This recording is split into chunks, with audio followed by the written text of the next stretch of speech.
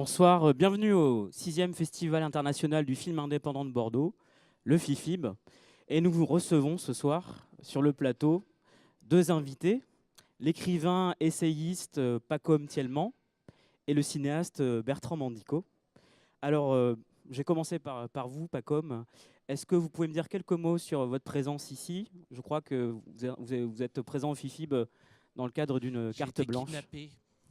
Je dois passer un message. C'est l'armée symbionnaise de libération qui m'a amené sur ce plateau. Et elle demande que soient livrés à toute la population de Bordeaux des risottos aux champignons qui pourraient être donnés à la totalité de la population de Bordeaux, qui doivent être payés par le maire de Bordeaux. C'est l'armée symbionnaise de libération qui m'a demandé de dire ça. D'accord.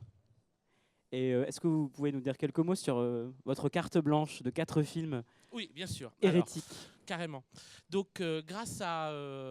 je peux en parler parce qu'il ne m'en voudra pas de citer son nom, Nathan Renaud, qui est un programmateur qui travaille au FIFIB.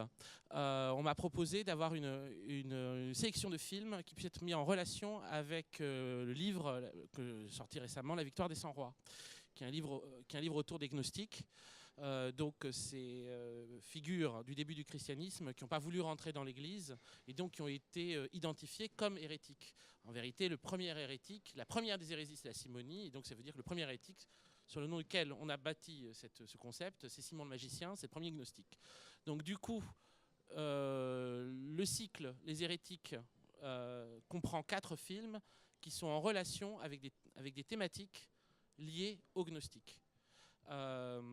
Le premier film, c'est Meurtre sous contrôle de Larry Cohen, en anglais God Told Me To.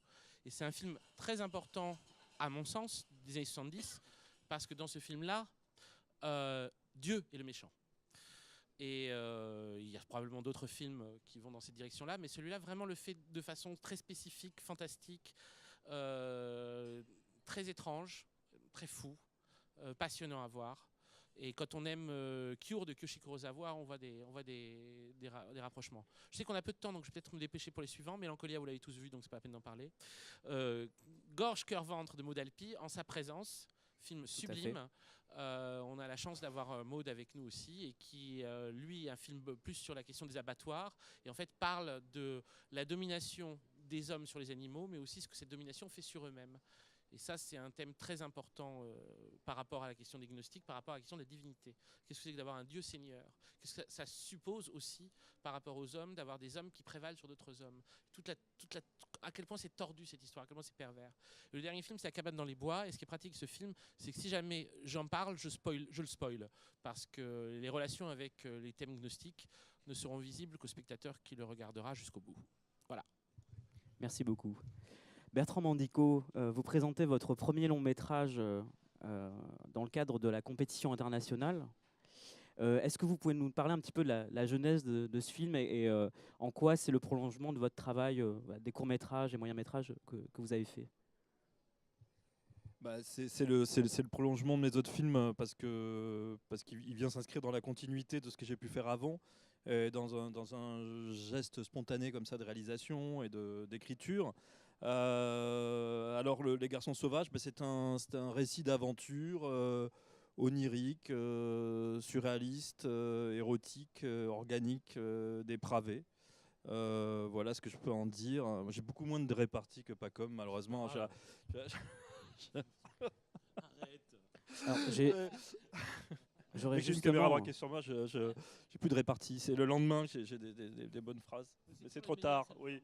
Voilà. J'aurais une question par rapport au titre. Je voulais savoir si c'était une référence à William Burroughs. Ah oui, c'est une référence à William Burroughs. Quand j'ai imaginé ce récit, c'était dans ma tête le point de départ, une bouture improbable entre une Robinsonade à la Jules Verne et puis Les Garçons Sauvages de Burroughs, quoi. Comme une contamination de Burroughs chez Jules Verne. Donc ça, c'était le point de départ. Puis à partir de là, j'ai tissé ce récit, je l'ai imaginé et puis voilà, je l'ai tourné. Et vous parlez de Robinsonade, et justement chez Burroughs, il y a ce texte très court qui s'appelle L'ombre d'une chance, qui parle de Misson, du capitaine Misson, qui est une des deux grandes figures de l'utopie pirate Libertalia. Justement, donc ça se déroule, c'est un récit insulaire. Est-ce que c'est un texte aussi qui pourrait être mis en relation avec votre film et notamment ce décor, l'île d'Huître? Ça se passe pas très loin de l'île de la Réunion. Ça se passe à Madagascar, si mes souvenirs sont bons. Puis il y a des histoires de lémuriens. D'ailleurs, j'ai même hésité à un moment donné à donner le nom du capitaine de Burroughs à mon capitaine. Hein. Je me suis dit, tiens, ça serait un double clin d'œil. Mais oui, parce que Burroughs avait ce goût pour les récits d'aventure, pour la jungle, etc. Donc oui, ça, je l'ai lu, bien sûr, et j'ai pensé à ce roman. Mais c'est vraiment Les Garçons Sauvages qui est vraiment le roman qui, à l'origine, m'a vraiment influencé. C'est d'ailleurs un des plus cinématographiques, puisqu'il y a toutes ces séquences de théâtre. Il a imaginé ça comme un film. Hein. Souvent, d'ailleurs, ces romans sont des ébauches de scénarii. On sent vraiment qu'il voulait faire des films. Ouais. Il en a fait un petit peu, pas assez. Un tout petit peu, ouais. Alors, quand il a été question de programmer la carte blanche à Pacom, votre nom est venu. Et donc, nous, programmateurs, aussi avons annoncé à Pacom que votre film allait être sélectionné en compétition internationale des longs métrages. C'est pour ça que tu n'étais pas dans la carte blanche, mais quand j'allais pas t'expliquer, ça allait faire un peu clown, quoi. Mais justement, il y a des croisements comme ça heureux entre les programmations. Je sais que vous vous connaissez et que Pacom est un grand admirateur de votre travail. C'est réciproque. Et c'est réciproque, par ailleurs. Est-ce que Pacom, vous pouvez nous dire quelques mots sur... C'est assez dur de parler du travail de quelqu'un qu'on admire quand il est là. Mais je vais essayer de m'abstraire de la présence de Bertrand pour dire 2-3 mots. Ne serait-ce que par rapport aux Garçons Sauvages. Il n'y a aucun film qui ressemble aux Garçons Sauvages. On peut voir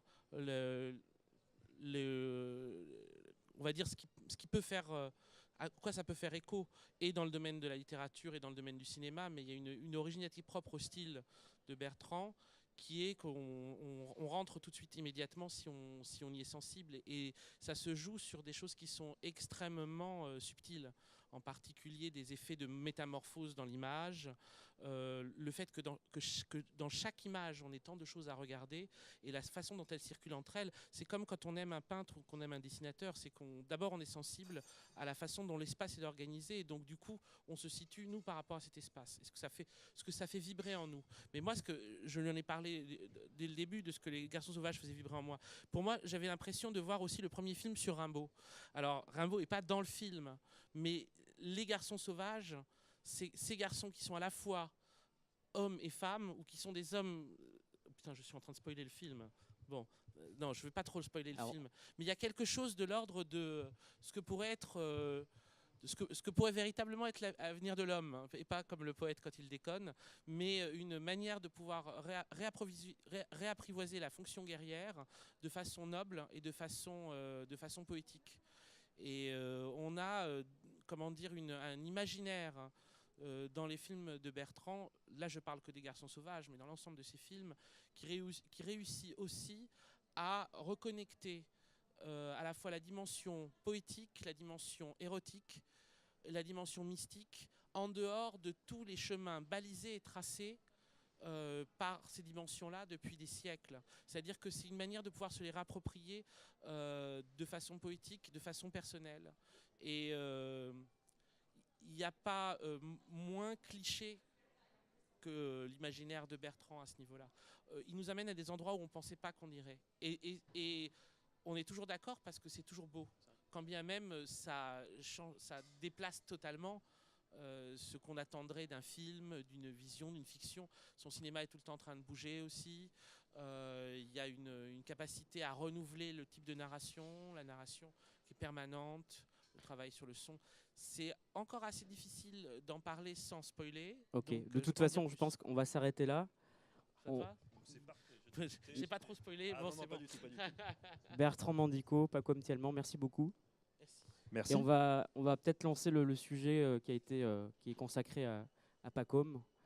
qui a été tourné hier. D'accord.